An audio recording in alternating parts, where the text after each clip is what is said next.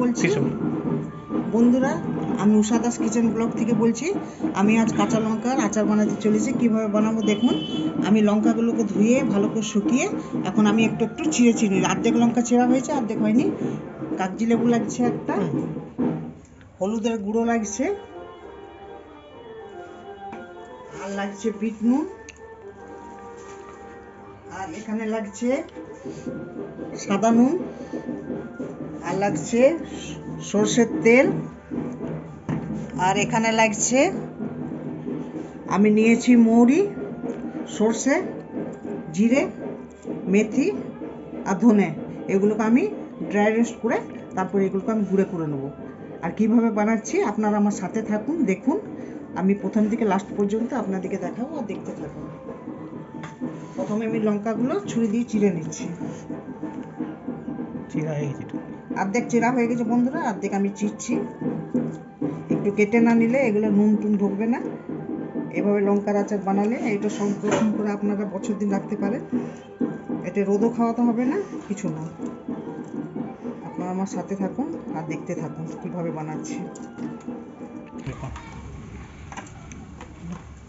দেখুন বন্ধুরা, আমার লঙ্কাগুলো সব চেরা হয়ে গেছে। আমি এরকম করে চিড়েছি, তাই দেখুন এরকম করে চিড়ে দিয়েছি লঙ্কাগুলো। এবার দেখুন আমি মশলাটা এবারে একটু ড্রাই রোস্ট করছি।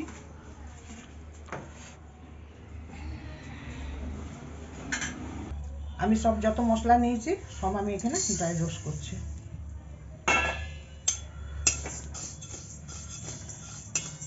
এটা বেশি ভাজবো না, একটু হালকা সোনালি রং বললে আমি এটাকে নামিয়ে নেব। বেশি ভাজলে একটু তেতো ভাব হয়ে যাবে।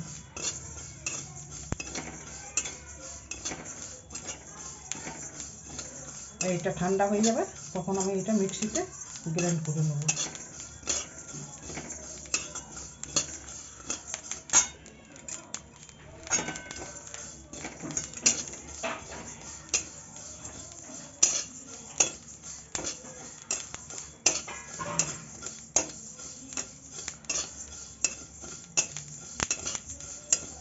এটা আমার ভাজা হয়ে গেছে, এটা আমি নামিয়ে দিচ্ছি।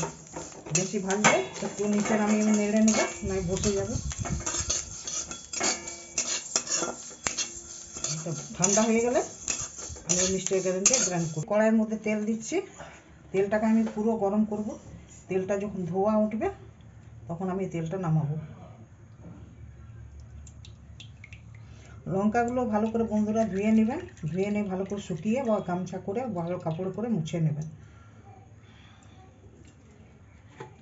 লঙ্কায় যেমন জল না থাকে, জল থাকলে আপনাদের আচারটা খারাপ হয়ে যেতে পারে।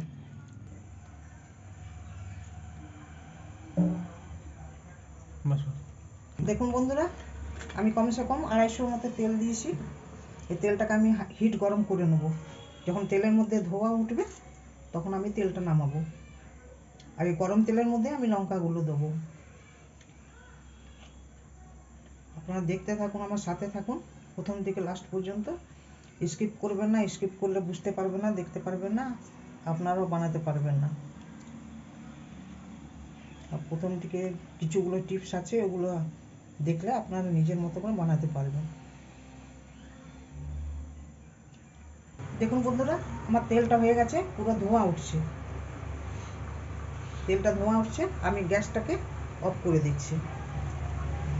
আর তেলের মধ্যে আমি নুন দিয়ে দিচ্ছি,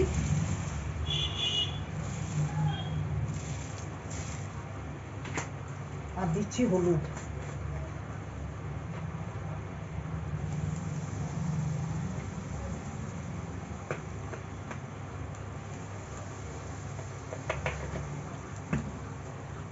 আর দিয়ে দিচ্ছি এই লঙ্কাগুলো, গরম তেলের মধ্যে লঙ্কাগুলো দিয়ে দিচ্ছি।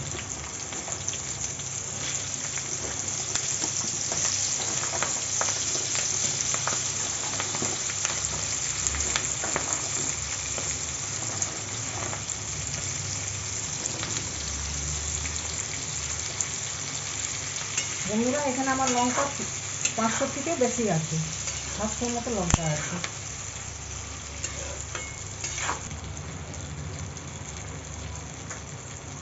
বন্ধুরা, এটা আমি তেলটা এর মধ্যে দিয়েছিলাম লঙ্কাগুলো, এবার আমি মশলাটা দিয়ে দিচ্ছি।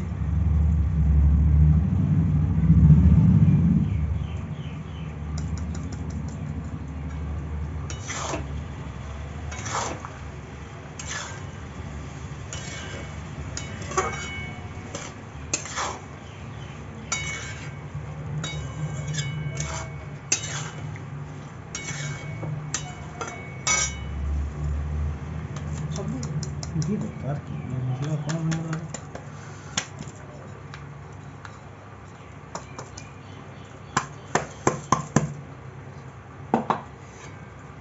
কালো নুন দিবে, কালো নুন বললাম। দেখুন বন্ধুরা, এটা আমি মিশিয়ে নিয়েছি। এবার এর মধ্যে আমি বিট নুনটা দিয়ে দিচ্ছি। বিট নুন দিবেন আপনারাও, বিট নুন দিলে একটু টেস্ট ভালো হয়।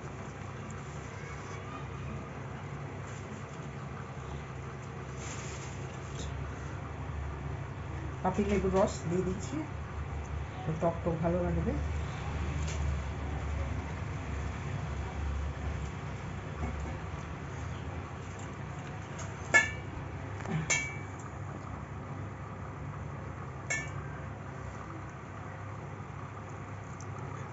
আপনারা ভিনেগারও দিতে পারেন, যদি পাতিলেবু বাড়িতে থাকে, না থাকে ভিনেগারও দিয়ে দেবেন। ভিনেগার দিলেও ভালো হবে।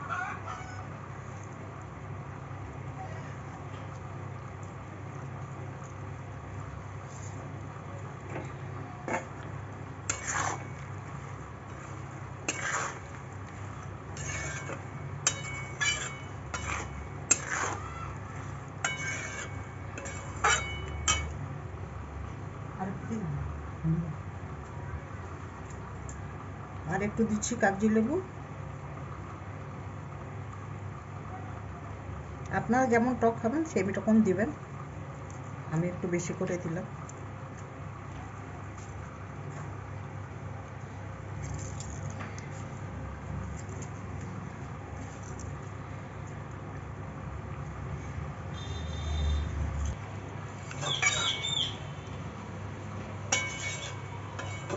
দেখুন বন্ধুরা, আমার লঙ্কার আচার রেডি। আপনারা এরকম করে বানাবেন আর কমেন্ট করে আমাকে জানাবেন আপনাদের কেমন লাগছে। আপনারাও বানিয়ে খাবেন যেরকম করে আমি বানালাম। কাচের বয়ামে ঢুকাইনি, যখন আমার একটু ঠান্ডা হয়ে যাবে তখন আমি কাচের বয়ামে ঢুকিয়ে আমি রেখে দেবো। এটা রোদে দেওয়ার ঝামেলা নেই, আপনারা এটা ফ্রিজে রেখে 1 বছর সংরক্ষণ করে খেতে পারেন।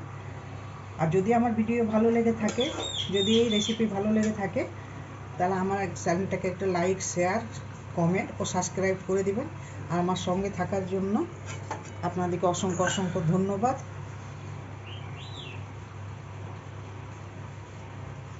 আর আমার নতুন নতুন ভিডিও দেখার জন্য আমার চ্যানেলটাকে আপনারা সাবস্ক্রাইব করে রাখবেন আর বেল আইকনটা ক্লিক করে রাখবেন, তাহলে নতুন নতুন ভিডিও আপনাদের কাছে সবথেকে প্রথমে পৌঁছে যাবে। আর দেখুন মশলাগুলো পুরো তেল, মশলাটা তলে বসে আছে, তেলটা বেশি আছে বলে তার জন্য বোঝাচ্ছে না। যখন লঙ্কাটা একটু নরম হয়ে যাবে তখন এই মশলাগুলো সব উপরে আসবে।